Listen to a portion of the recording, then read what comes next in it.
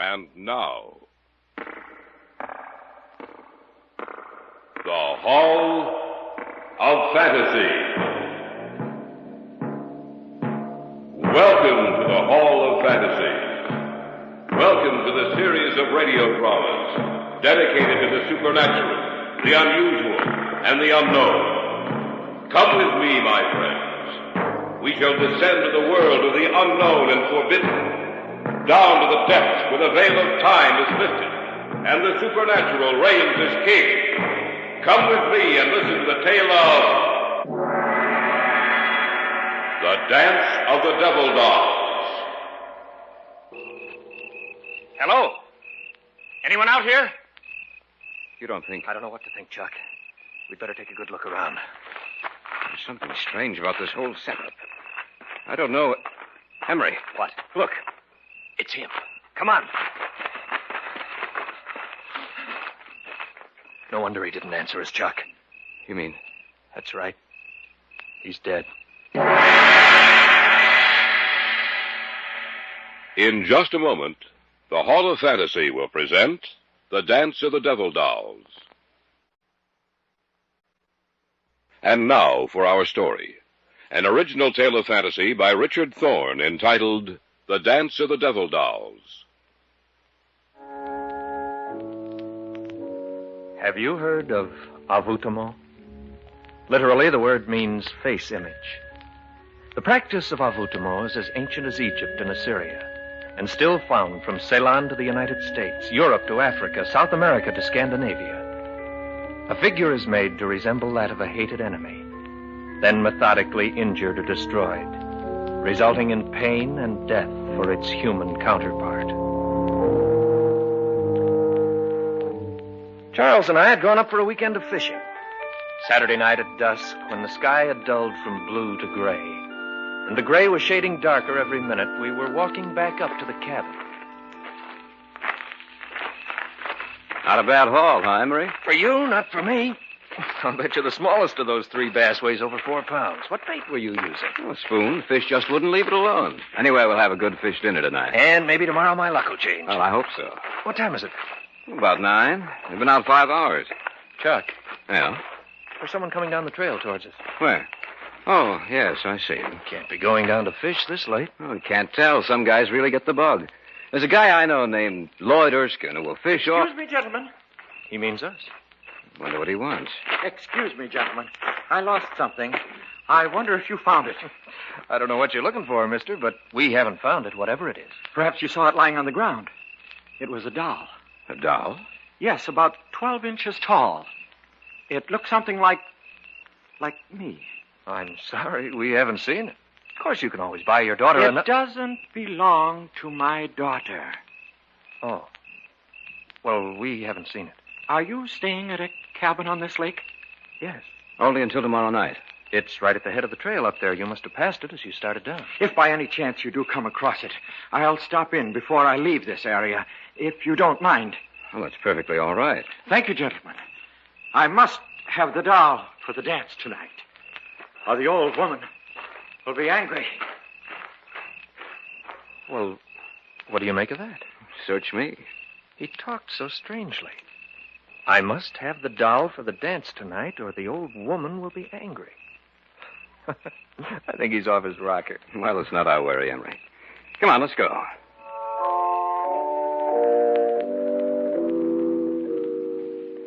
We went back up to our cabin, cleaned the fish, and had one of those fish dinners you talk about for years.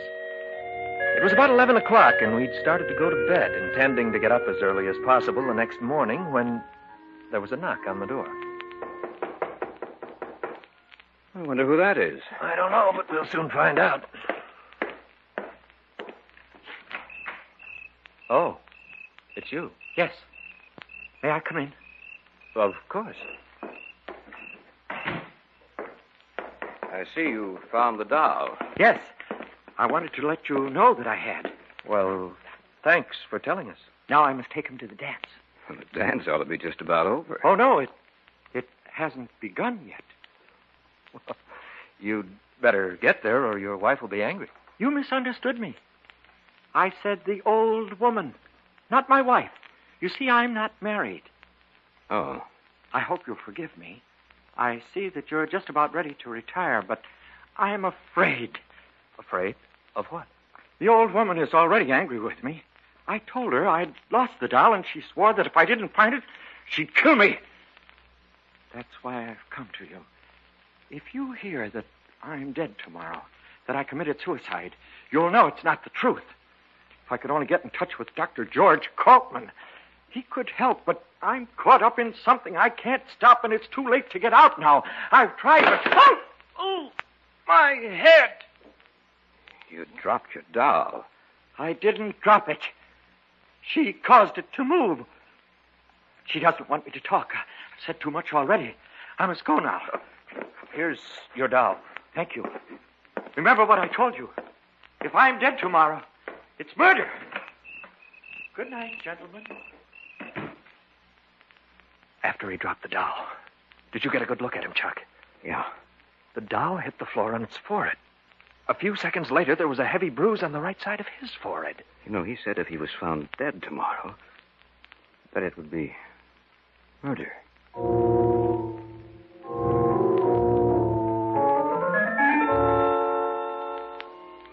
It was about 11:30 when we finally got to bed. We'd opened the windows of the cabin.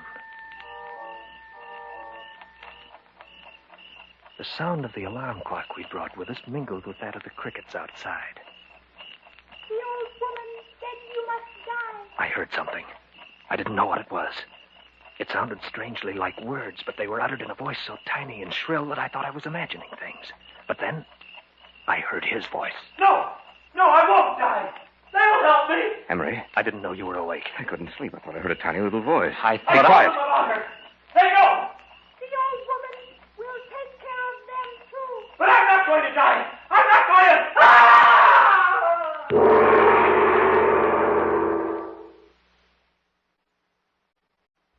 Back now to our story. An original tale of fantasy by Richard Thorne entitled The Dance of the Devil Dolls.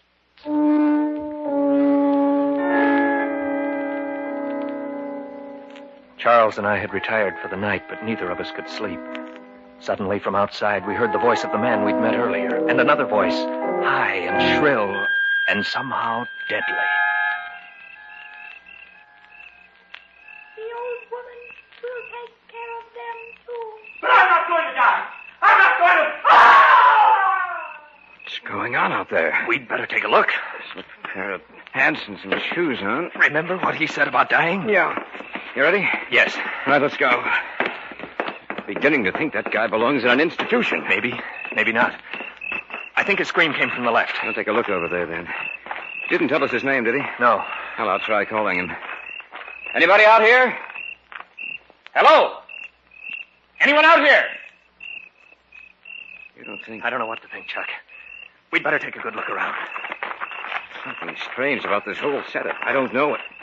Emery. What? Look. It's him. Come on. No wonder he didn't answer us, Chuck. You mean... That's right. He's dead. That little doll that looks so much like him.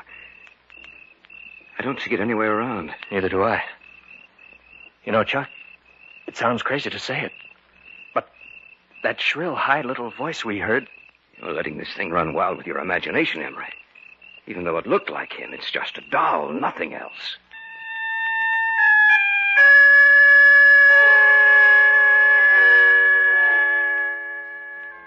It had to be my imagination, of that I was sure. But the mere thought of it, of the doll which so resembled the man with its shining face and beady little eyes, caused a strange sense of apprehension and fear to come across me. And I glanced out into the darkness and saw only the lumbering shadows of the trees, and heard the rustle of their leaves as they brushed together. I saw nothing, yet I had the feeling that something with beady little eyes was watching us.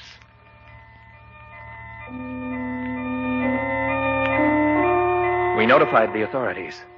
They came out, found no evidence of foul play, and diagnosed his death as being caused by heart failure. Our luck was exceptionally bad out on the lake Sunday, and we drove home that night, speaking but little, thinking only of what had happened the night before.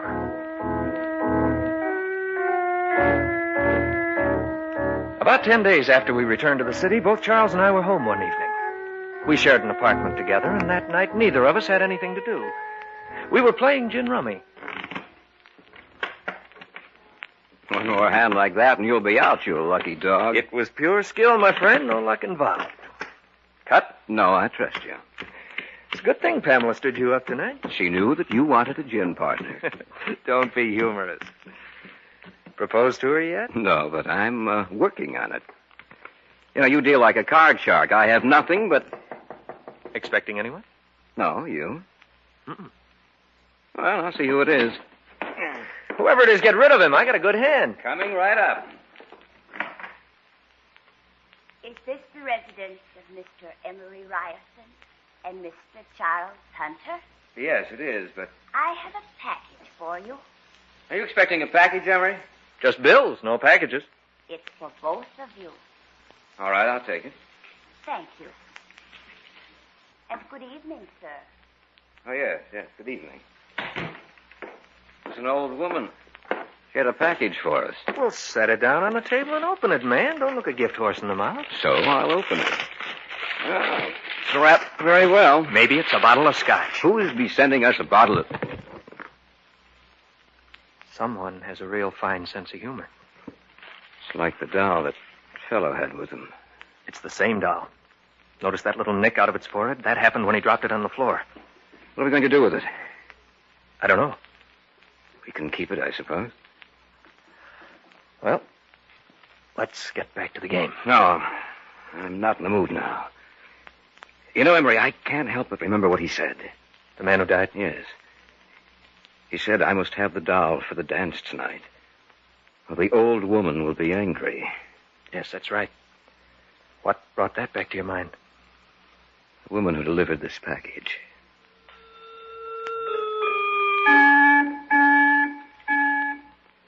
We put the lid back on the box and left it on the kitchen table with the cards we'd been using. Neither of us entered the kitchen again that evening. We went to bed a short time after 12. Again, I was restless and couldn't sleep. I had the same feeling I'd had that night in the cabin. And I remembered the words I'd heard spoken in that unearthly little voice. The old woman will take care of them, too.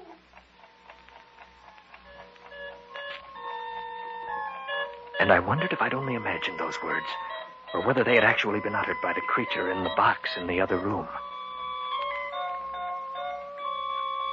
It was then I heard it, like a thin, reedy piping. It sounded like music, a rhythmic, discordant melody I'd never heard before. And then I heard another sound. Emery? Yes? Am I going crazy? I hear it, too. I think we'd better see what it is. All right. I don't like this, Emery. It sounds I like... know what it sounds like. Emery. No. I can't believe my eyes. The box is open.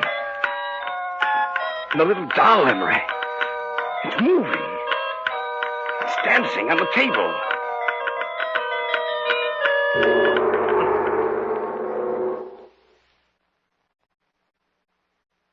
Back now to our story. An original tale of fantasy by Richard Thorne entitled The Dance of the Devil Dolls. Charles and I couldn't believe our eyes, for the scene before us was as bizarre and fantastic as the wildest dream of an insane imagination. It's moving. It's dancing on the table. Yes, I see it. This is something that... I'm going to destroy that thing. Be careful. Look out, Chuck. It's running. Going to get it if it's the last thing I do. It's running over toward the window. It's gone. Gone through the glass. Maybe it's down there on the sidewalk. It's possible, but that's a 2-story drop. I can't see it. No, Emery. It's gone. They turned again to the old woman.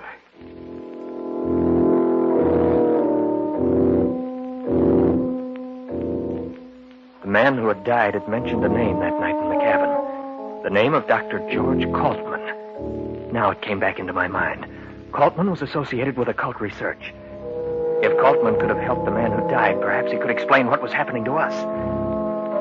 We got in touch with him and made an appointment for the following evening. You have told me everything that has happened. Is that correct, gentlemen? Yes, everything. We'd like to know what it all means. Well, I shall explain it to you as best I can. Have either of you ever heard of envoûtement?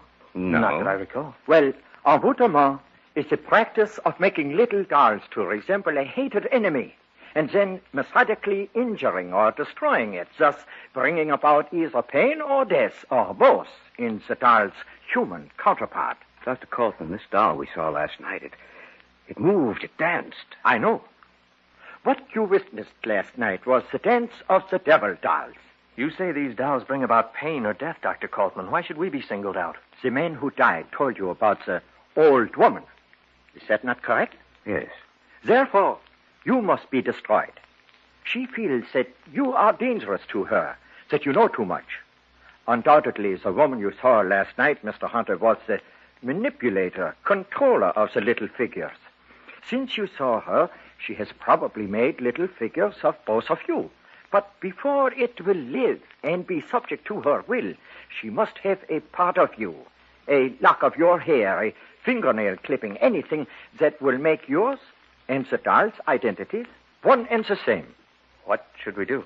Go back to your apartment. I shall return with you. She will send the little doll back to your apartment tonight. I'm sure of that. We must capture the doll, for it is the only thing that will lead us to her.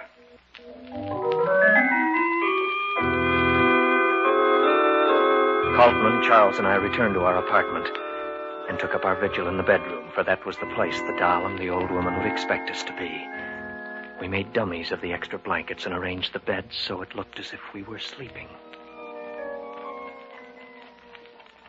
You left the apartment door unlocked? Yes. But why? It only makes it easier for it to enter. That is what we must do. One way or the other, the doll would find means of entrance. If not tonight, then another. You have no idea what those little creatures are capable. Listen. It is coming. Be quiet. Wait until it is in here. Then close the bedroom door and put on the lights. We understand. Now, quiet. Now! Catch it quickly! There it is over there. This time it won't get away. Don't let it get near the window! I've got it. Quickly, put it in here! Ah, there. We have it. Now, what do we do? This doll will lead us to the doll woman. You mean now? Tonight? Yes, Mr. Ryerson. She will know that we have captured her little messenger if it does not return in a few hours, and she will be prepared to stop us.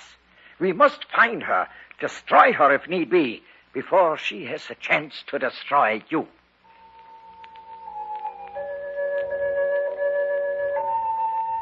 Then began one of the strangest sights I've ever seen.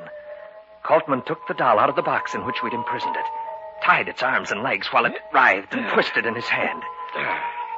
Then he began speaking to it, Here's my softly, rhythmically, slowly putting it into a hypnotized sleep. The eyelids of the little figure finally closed, and it was in an hypnotic trance. Sleep and tell me. Now, listen to me. You must tell me where your mistress is. You must tell me where your mistress is. The house of dolls. The House of Dolls. It's a strange answer. Not so strange, my friends. I know what it means. What is it? She is a diabolical person, this doll woman. The House of Dolls is a toy shop with rare and unusual dolls. What better place to hide? No one would suspect what was behind those burning eyes of hers. I myself have purchased dolls for my little granddaughter from her. We must go there immediately. We have no time to lose.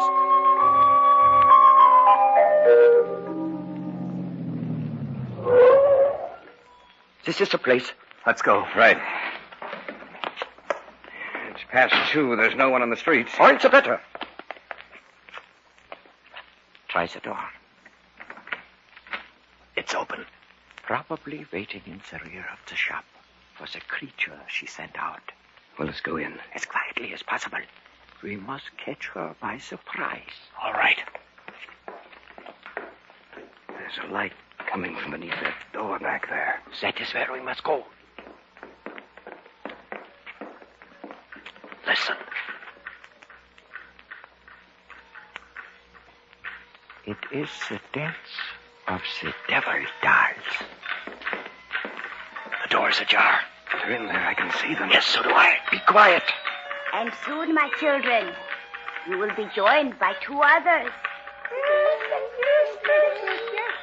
And then, no one can harm you. For when the new doll returns, he will bring with him what I need for the spell of the dancers. We must take her now. And they will join you in the dance of the Satan. devil doll. Now! What are you doing here? We've come to stop you. Look out, Thorne. She has a gun. So have I.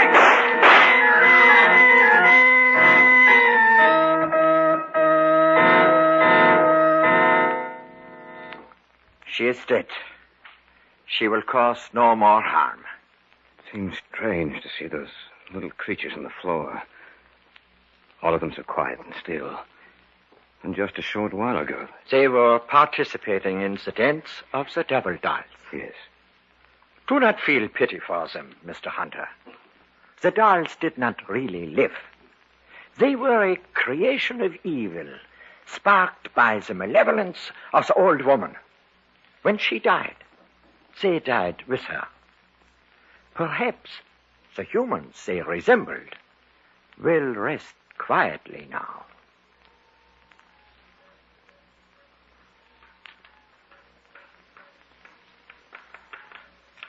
The secret of the devil doll is as old as man. It is lost now, but it will be found again.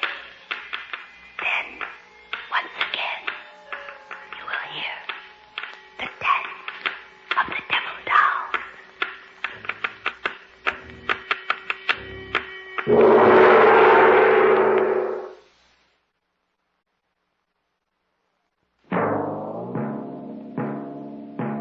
So runs tonight's tale of the unusual, the terrifying, the unknown. Join us again when next we journey down the corridors of the Hall of Fantasy to hear another strange tale of the supernatural. All characters and events portrayed in these programs are fictional, and any similarity to actual events or persons, living or dead, is purely coincidental.